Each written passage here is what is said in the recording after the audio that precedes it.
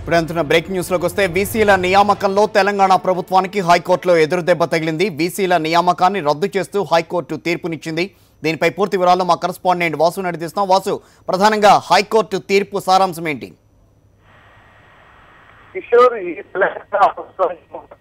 హైకోర్టులో ఎదురైంది. అయితే తాజాగా 2 రోజుల క్రితం తెలంగాణ రాష్ట్ర ప్రభుత్వం తెలంగాణలో ఉన్నటువంటి అన్ని యూనివర్సిటీలకు సంబంధించి దాదాపు 8 యూనివర్సిటీలకు వీసీల నియామకాలకు సంబంధించి కూడా జీవోలు జారీ చేసింది.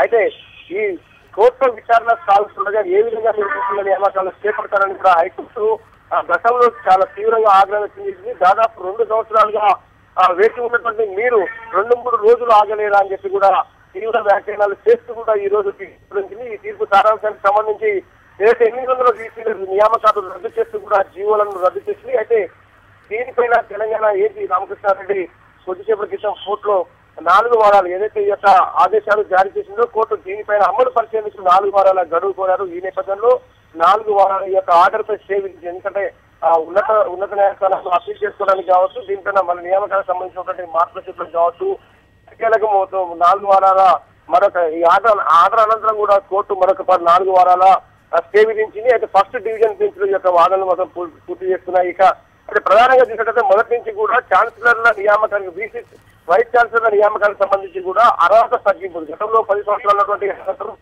తగ్గించి కూడా ప్రభుత్వం జీవోలు జారీ చేసింది. ఆ తర్వాత అయితే గవర్నర్ గా ఉన్నటువంటి ఛాన్సలర్ తో పాటు వైస్ ఛాన్సలర్ నియమించేటువంటి అవకాశం కేవలం అప్పట్లో గవర్నర్ కే ఉండేది. దాన్ని కూడా ప్రభుత్వమే చూసే విధంగా ఒక జారీ ఛాన్సలర్లు వైస్ ఛాన్సలర్ నియామకాన్ని ప్రభుత్వమే చేపడుతుందని కూడా మరొక జీవో జారీ.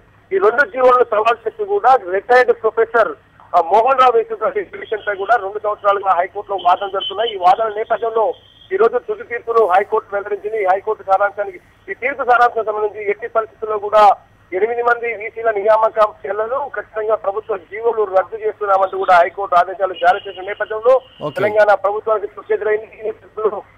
మరి 4 వారాల తర్వాత ఎలాంటి నిర్ణయం తీసుకోబోతుందో ప్రభుత్వం అనేది చూడాల్సి ఉంది. కిషోర్.